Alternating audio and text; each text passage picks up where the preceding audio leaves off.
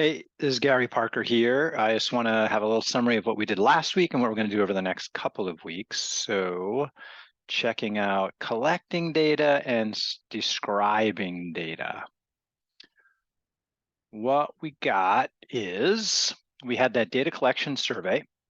So I asked some things like your age, and you had to enter a number here, right? I couldn't enter something like G for my age. And then gender, where here you had some specific choices, male, female, prefer not to say, or you could type your gender. Hair color, you could type whatever you want. Eye color, type whatever you want. Height in inches, you could type any number you want. But again, I restricted you from typing letters there. Weekly income, a whole bunch of other things. So what I want to do next is look at, once we have that data, what do we do with it? So this is a Google form I used for this survey. It ends up in my Google Drive in a spreadsheet. And so all the people that filled this out, I've been doing this for a few years now, this particular survey at least, each column is a question. Each question leads to an answer, and the answer varies depending on who answered the question. So it is a variable in statistics, right? Your age varies from person to person. Well, gender varies from person to person. So does hair color and eye color and height and income and sleep and et cetera, et cetera. So these are all statistical variables. Now we're used to variables in math, right? We're X and Y, but here we have cooler variables like age and gender and hair color. Numerical variables, we're used to those. Age, often we use a whole number, but it could be decimal. Other, numerical variables we use would be like body temperature. Like my Celsius body temperature is 37. My Fahrenheit is around 98.6. Although I tend to run a little cool, I'm like 97.7-ish. So sometimes it'll be a whole number, sometimes it'll be a decimal, sometimes it'll be a whole number with a decimal, whatever. Lots of different number options.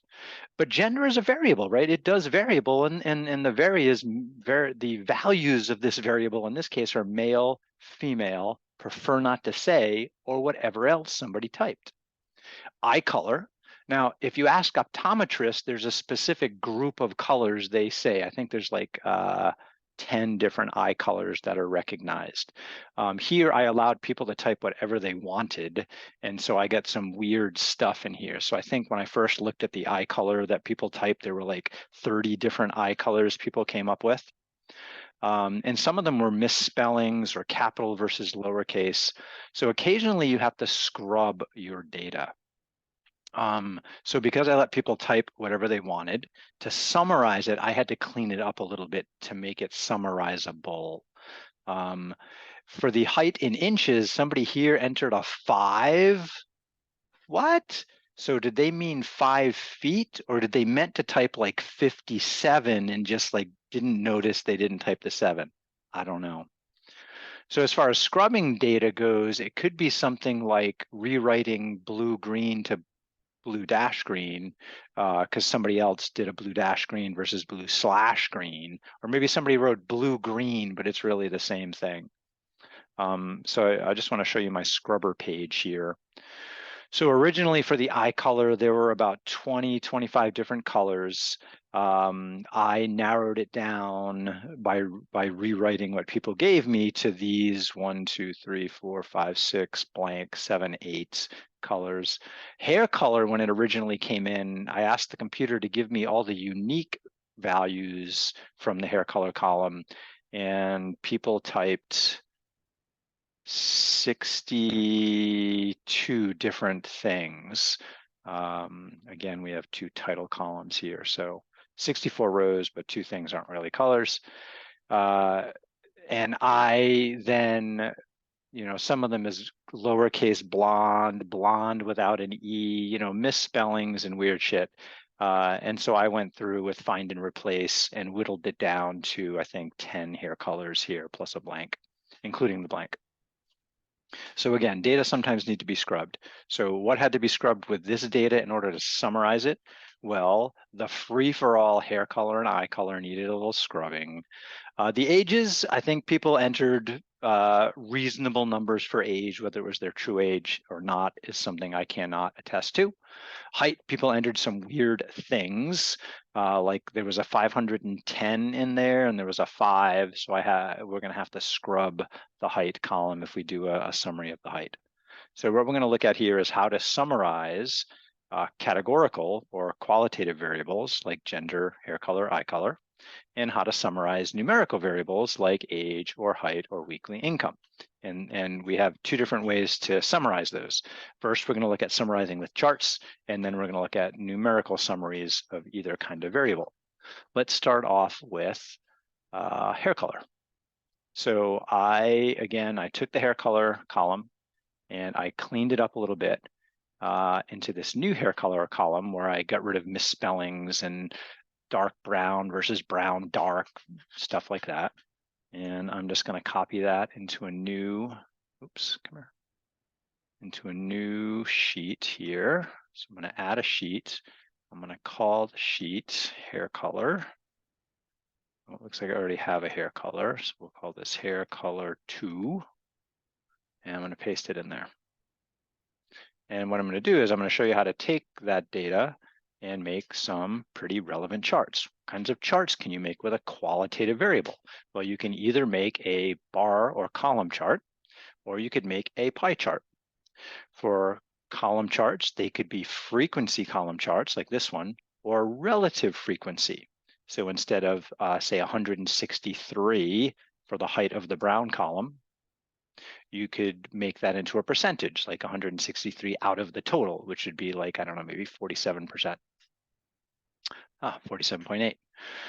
So again, these are frequencies, actual counts of people. 163 people said they had brown hair, which turns out to be 47.8 of the people who responded to this survey. So frequency, relative frequency. Frequency is a count, relative frequency is a fraction, decimal, or percent.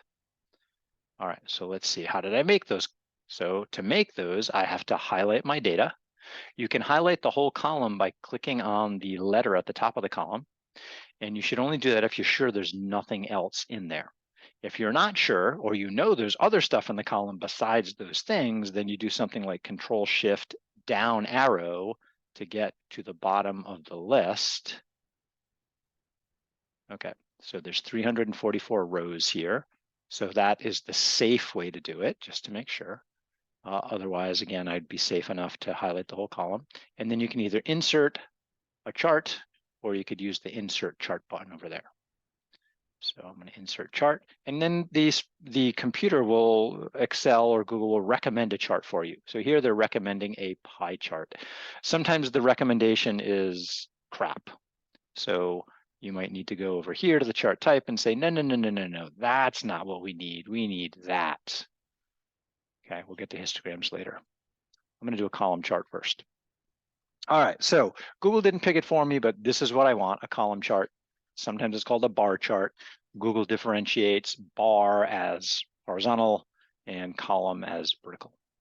And then it is just, now again, Google is doing something in the background here. It sees the word grizzled here, it looks for how many other times it occurs, and it makes a column that tall. It looks for the word brown in here, it sees it right there, and it counts up how many times it happened, and then it makes a column of that many times. So this is what's called a frequency chart, frequency column chart in this case. Sometimes we make what's called a frequency table. What would a frequency table look like? Well, a frequency table would have a title like hair color, and then a column next to it called frequency. And then you would type all the different hair colors like grizzled. Grizzled just means gray with some other color in it. Like I'm not completely gray yet, but I got some gray in my hair, so I'm grizzled. And then things like brown and so on. Somebody typed red. And then the frequency would be how many times did grizzled happen? Maybe that was 5, and brown happened 163 times. Now we don't want to count ourselves because we're going to screw it up. We make mistakes. There's ways to have the computer count these for you, which it did over here, right? 163. Grizzled. Oh, grizzled happened 4 times, excuse me. See, I made a mistake. Dark brown happened 28 times. So in the background, it made a table like this. We're just not seeing it. Okay. So I'm not too worried about frequency tables here. I just want to see the pretty chart. Next, that's a shitty title. Count of hair color? No. Let's be a little bit more specific. It's definitely hair color, but hair color of whom? Well, they're my math students, really. That's the only people that took this thing. So hair color of Gary's math students. Count of hair color. These things, grizzled, dark brown, those aren't counts. They're actually hair colors. So Google misnamed that. It just, it's doing a frequency column chart. Frequency and count mean the same thing. So Google threw the word count in there. Really, the horizontal axis is just hair color. And then I do need a vertical axis label, like 50, 100, 150, what? 150 what? 150 pieces of hair? No, vertical axis.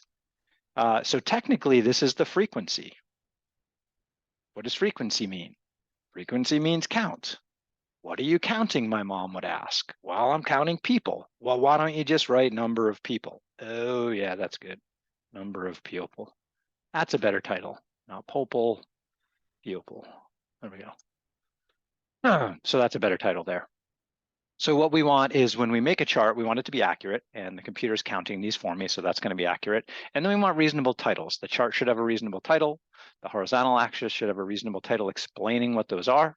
And there should be a horizontal axis title explaining what those numbers are too. All right, let's try another one. So how do we make a chart? Step 1, highlight the data. Either highlight the column if that's the only thing in the column, or highlight specifically just the values you want. Then insert a chart. The computer will guess or recommend, depending on what kind of software you're using. And this time I do want a pie chart because that is the other kind of appropriate chart to make for a qualitative variable. So we call it qualitative or categorical because we're expressing a quality of something, or categorical because we're putting people in different categories. Here we're categorizing by hair color.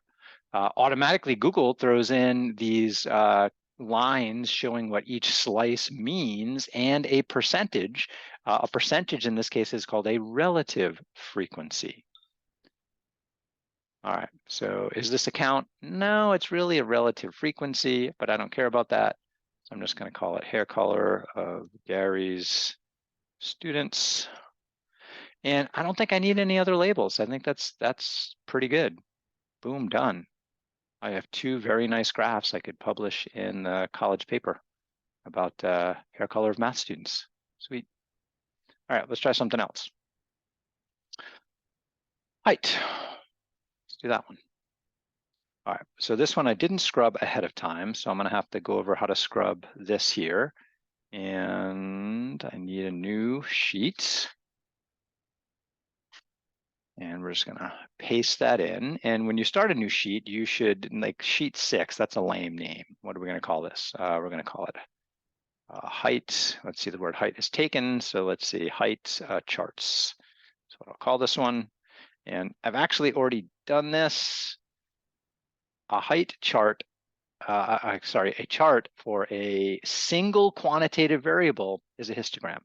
Any other chart is bullshit. Let me explain. All right, before I make a chart, I need to do a little scrubbing because I can see that 5 there is troublesome. That needs to go because I can't like rewrite a misspelling of the word brown because I don't know if they meant 5 feet or they meant to type 50 something inches and miss the second, the ones digit there. So what I'm going to do is I'm going to highlight the column. I'm going to go to data and I'm going to sort it in a special way. So I'm going to go to advanced. And the reason I'm doing this is if I just do a straight sort, I'll lose my title there. And I want to keep the title. So I'm doing the advanced so I can say, hey, I got a title. Leave it there, please. First, I'm going to sort smallest to largest. And I can see people type some numbers that don't fit the whole height in inches question. So those right there are crap. And I don't know how to rewrite them because there's options. I'm just going to delete them. I'm going to highlight it again, and I'm going to sort it the other way. I could just scroll to the bottom. Let's just scroll to the bottom. There we go. 510. Look at that. What did they mean? Maybe they typed an accidental 0. Maybe it was 51, but I don't know what happened there. Maybe it was supposed to be 50 and the 1's an accident. So that's got to go too. And then what I'm going to do to get rid of those blanks, I'm just going to resort it. So I'm just going to go to highlight, data, sort range, advanced. It's got a header, sort it again. Okay. So I didn't have to sort it to make a chart. I had to sort it to scrub it. All right. So now that it's scrubbed, I can make a chart. And so I'm going to use the insert chart.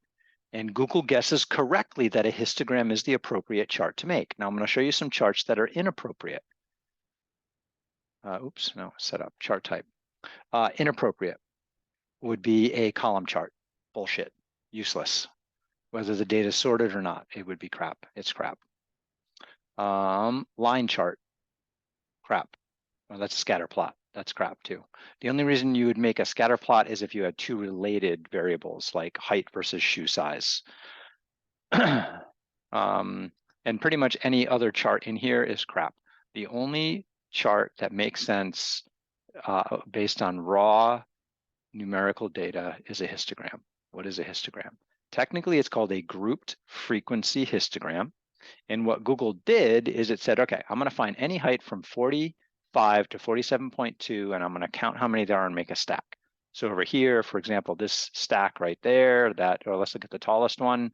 The tallest one is anybody that had a height from 65 to 67.22. They go in that stack right there. And you're just counting how many people had a height between 65 and 67.22. Why 65 and 67.22 is the boundaries for that column? Some clever computer programmer found a way to make that happen. So the width of each column in this case is always the same, 45 to 47.22. They chose 47.22. Any particular group of numbers you look at, like suppose we were looking at, say, hours of sleep. If I went to go make a chart on that, it's going to, again, the computer's going to guess at what the width of each column should be. So here it's guessing at a width of 0.53. All right. So the random, it's not a completely random guess that Google makes. It's a reasonable guess, but we always have to adjust it. So that's ugly because these numbers are just kind of crazy. They're why 2.22? I don't know.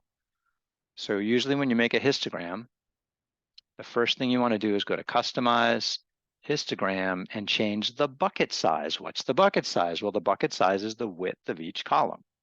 So instead of 2.22, what would be a nicer number? Well, 2 is a nicer number, so I'm just going to click there and type 2, enter. 45, 47, 49, that's nice. Okay. Usually you want, when you're making a histogram, nice numbers, 1, and 2, you want between 5 and 20 columns. More than 20 is too many columns, less than 5 is too few columns. It just looks awkward. I counted this before, there are 20 columns here. So that's at the edge of what I think and most statisticians think are reasonable. So I'm gonna go for a bigger bucket width, 3. So now I have fewer columns because each column is 3 wide. What's the best histogram? It turns out there is no way to determine that. It's a matter of preference. It's like, do I look good in a blue shirt today with red pants? Sometimes. It's preference. So is 4 a better one? I don't know. Do you like the way it looks? If you do, then it's a good one. 5. That looks nice too. 6. Sometimes there's a good reason for picking a number. So why I like 6 because this is height in inches. 6 inches is half a foot. So now I'm jumping around with half feet. Now 45 is an interesting place to start. Maybe I'll start at 48, which is just below the minimum here, but 48 inches is 4 feet. So in addition, edit, to customizing the histogram bucket size, which is the column width, we could go to the horizontal axis and we could say, so the computer's guessing at 45 as a start. I'm going to say, no, start at 48. That would be better. Okay, so I started at 48 here and I'm jumping by 6. So 48, 54, 60 would be 5 feet, 72 would be 6 feet, 84 would be 7 feet. Notice this is kind of weird. 48 to 54 is 6, 54 to 60 is 6, but at the end it goes 84 to 85. Google, they should fix that. I don't know why they don't. Technically, to be a correct histogram, that should be 84 to plus 6 would be 90, should be next. So I'm going to go fix that. Okay, now that column is the correct width. And there's a histogram. I like this one. Once you decide you like your starting point and your bucket width, then give it a better name. Histogram of is a shitty name. So I'm going to get rid of histogram of. Height in inches. I'm just going to say height of Gary's math students. I'll fix that spelling in a sec. And then down here, I have height in inches. So I don't think I need the word inches up there too. So again, that's an appropriate title for this axis. That's a reasonable title for the whole chart. I need to know what these numbers are on the side. So I'm going to go over here, vertical axis, and throw in number of students or number of people. I'm going to go with people again, like last time. And I guess since I probably should put at least one capital in that to match the other stuff. Good enough. All right. So that's a good histogram. Now I did this before, so let's check out my other one. Let's see here, I have a width of 2 starting at 48. Here I have a width of 5 starting at 45. Those are nice numbers, right? 45, 50, 55, 60. I love those numbers. 48, 52, 56, 60. Those are nice too. Which is the best histogram? This one, or this one? The answer is they're all good. There is no best histogram. You just have to make decisions about where to start and how wide to make each column, and go with it. And each histogram will tell us a slightly different story about the data. Sometimes it's really the same story. Like, do these 3 charts really tell me anything different? Let's see, this one down here, I can see most students' 3 tallest charts were between 60 and 75 inches. This one kind of tells the same story, between 60 and 76 inches. What about this one right here? Most students, maybe we'll go for the upper 2 stacks, are between 60 and 72 inches. Again, there's just options. So what's the bottom line? If you have a numerical variable, that is, you asked a question or you did some research and the results are numbers, then you want to make a summary chart. Pretty much the only summary chart for a single statistical numerical variable is a histogram. And is there a best histogram? The answer is no. The rules are, we want nice numbers, whatever nice means for you, and we want somewhere between 5 and 20 columns. Fewer than 5 is dorky, and more than 20 is awkward to look at. All right, that's it for this week. We are just analyzing histograms. Charts, which could be a bar chart, a pie chart, or a histogram. The only thing different I could do here, besides mess around with the bucket widths and where I start, is I could change this from frequency, which is the number of people, to relative frequency. And that would be a slightly different version of the histogram. It would look the same, but just these numbers would be percents instead of counts, which isn't a big whoop. That's it. Take care. Do good math. I'll see you in the near future. Bye-bye.